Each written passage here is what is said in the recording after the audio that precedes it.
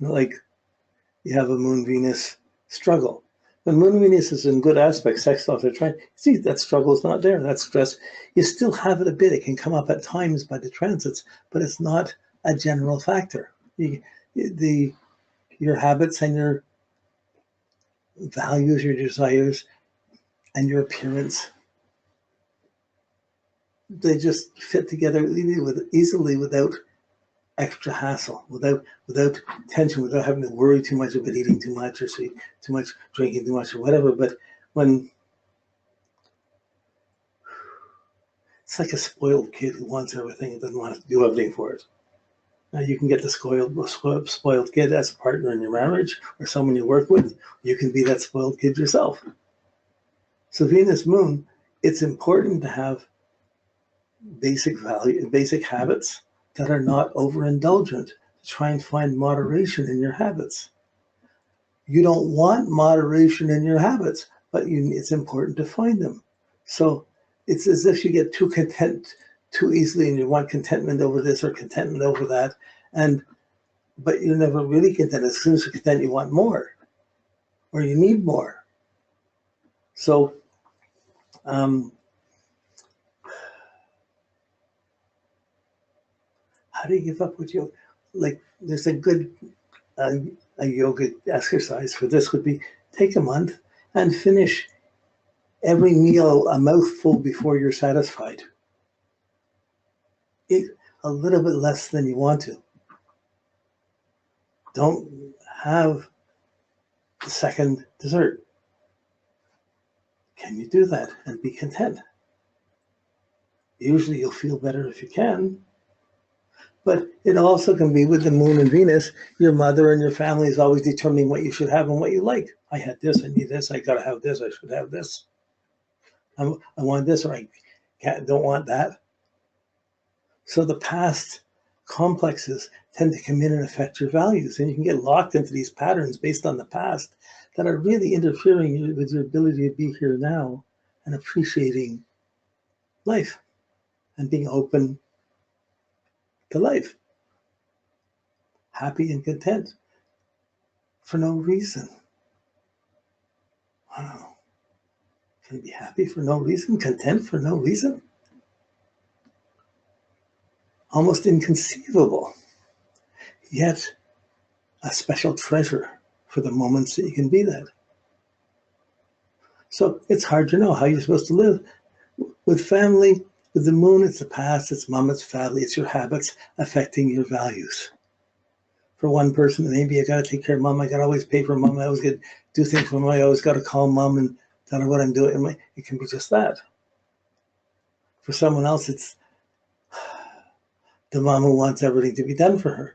For someone else, it's the kids or the family or the dad or the past, something from the past coming in and affecting how much you have. It could be a brother or sister that's always want to borrow money from you. I'm looking at money. I'm just looking. There's going to be stress between your values and your habits. How well can you live? How well can your habits be? What good habits can you have while you're looking for satisfacting or indulging yourself? And while you're indulging yourself, why would you stop? There's not necessarily the breaks to stop the indulgence. There's a tendency to kind of live in it. This is nice. I want to be like this.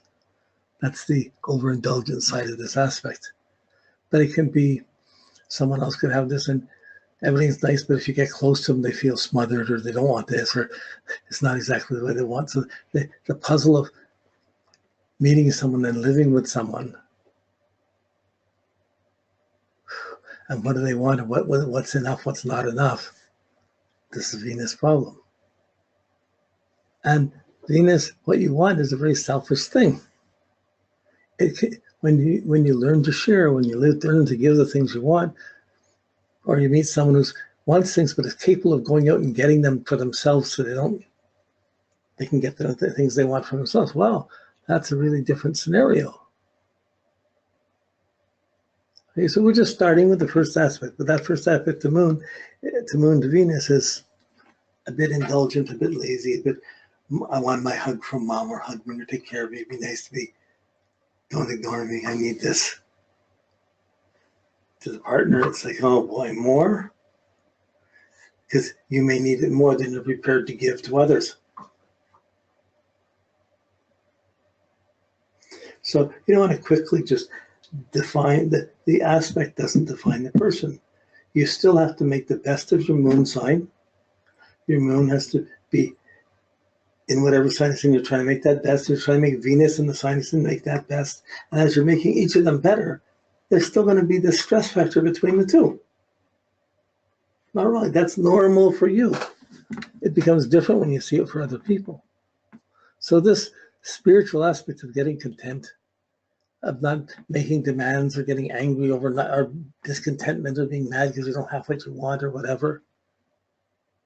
But boy, you're in a relationship, and if it gets, one person backs off and it becomes sexless, a person can get very depressed about never getting what they want. I mean, the discontent of Venus, more people get killed because of Venus than Mars or any other planet. If I can't have her, nobody can. If you know, if you're not taking care of me, boy, I'll get every cent you got or whatever. Like, there's so many ways. It's the judging of, if I got it, okay. If I don't get it, what am I going to get? Do we have a prenup? Do we have a divorce case? How much do I deserve?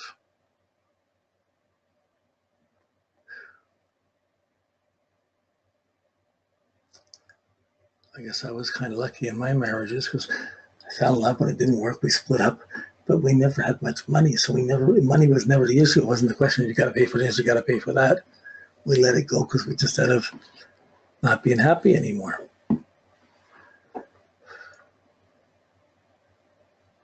It's a huge, the universe of choices of things we want, but just the little choices we make, little things. So just notice a little thing about Venus, and then it'll have bigger repercussions. But it takes time. You got to know the person. It takes time to be able to see it and to solve it. Hard to say. I mean, there's so many systems of people who've overindulged or got caught up in alcoholism or drugs or things, and how to help them to try and not want it so bad. How to get things back to liking themselves and getting it simple. Really haunting. So most therapy, you got to deal with the moon, Mercury, and Venus. And how do you start liking yourself? How do you start appreciating yourself? How do you start being content? You know, so it's usually some simple little thing that you can do, but we feel we get cut off from it, we get guilt about it, we get complexes about it. And boy, once we've judged we're not worthwhile, it takes a long time to build up our self-worth again. And often it's about sharing, doing things for others rather than just getting, give me, get. But these are all Venus issues. You can work out socially, you can work out personally. Above the horizon, below the horizon, where do we? So we're seeing so much more than we can put in words. I mean, if someone said, okay, go write 10,000 word paper on Venus, this would not be difficult. There's so many layers you can work on, and each one you can get stories of and build up on. Not a small thing. Okay. So the moon is the past, and what you've had in the past is affecting what you have, what you want now. Okay. Now your Mercury can never square or oppose Venus. It can only conjunct it. So when Mercury conjuncts Venus, the mind and the emotions work together, and it tends to be someone who's charming or likes to be sweet or talk nice things. But if other planets are involved, other aspects are involved, it can pile up, and if it gets negative, certainly the Mercury is dominated by the desires and is working together with the desires, and both of them are hyperactive, and that can make someone very superficial, it can make someone very talented or very artistically expressive, but it's still a long way away from being alert and in the moment and at peace. So there's still a stressful factor in there. So when someone's happy, they're getting what they want, they can go on talking about what they like and how happy they're all the time. But if they're talking to people who aren't satisfied, there's a different kind of stress that comes out of this.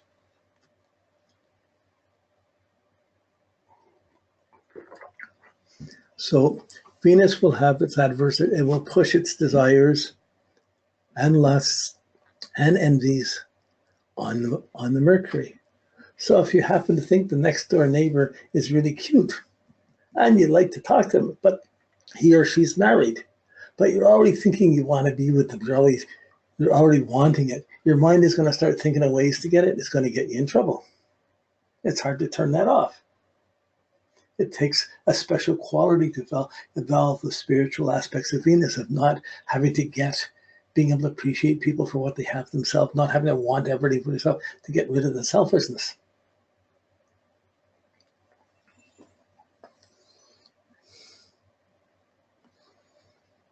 We all got it. Like, it's not like, oh God, I got this, is terrible. It's normal that we want things and we want to go for things and get things. And you can see when someone's worked and got something they wanted. Or you can see when someone's always had it given to them and they never had to work for it. So you can see when someone's spoiled or someone's not. You can see when someone's deprived or someone's oppressed or abused around this. But the Mercury is always thinking, when it's in a stressful relationship to Venus, when it's conjunct, it's always thinking about what I want and talking about what I want. And if you evolve the quality of what you want, your quality of your desires, you evolve the quality of your thoughts. But you're still thinking about what you want and talking about. You're not being alert to the silence of the moment. Say, hey, look at me, not, hi God, how you doing? So usually you go and get what you want, until you lose it or you're heartbroken or something happens.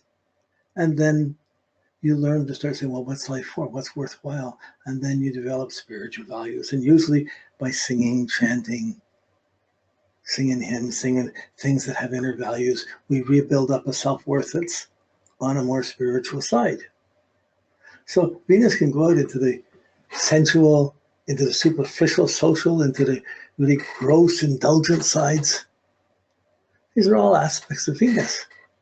But so is the ability to refine, and that once you let go of that, or that causes enough sorrow or sadness or hurt, then you start developing values, trying to get values that can't be taken away. So there's how we evolve our choices. It's puzzle, always a puzzle. Feminine planets, you're not going to see specifically clear things about, but once you sense it, you're getting tuned into, oh, that's how it's showing. But it requires being able to see what's lust, what's envy, what's vanity, what's satisfaction, what's desire, what's desireless. What's contentment? What's peace? Wow, not a rational thing, a big puzzle, but important one. If you get what you want, you find a body that you want, and there's no peace in that relationship, that's a haunting, one-sided loves are really haunting, unrequited love. This is all Venus stuff. Too many loves, that's another Venus thing. It's not, getting everything you want is not a good thing. Being able to let go of some things, being able to do without, being able to be not so judgmental, not so angry when you don't get what you want. Just liking people, liking things, liking yourself. Easy to say. But it affects the movies you watch, it affects the songs you listen to, the food you eat, the clothes you wear, the social groups that you're involved with. Venus is a very powerful influence, even though it's funny because it's around what you like or don't like, and even our likes change. Our choices change. But who's responsible for the choices you make? Whether you stay with the choice or whether you meet someone and say, I don't want you anymore, I'm going somewhere else, and you end up with a whole bunch of different relationships, the quality of your values is affected.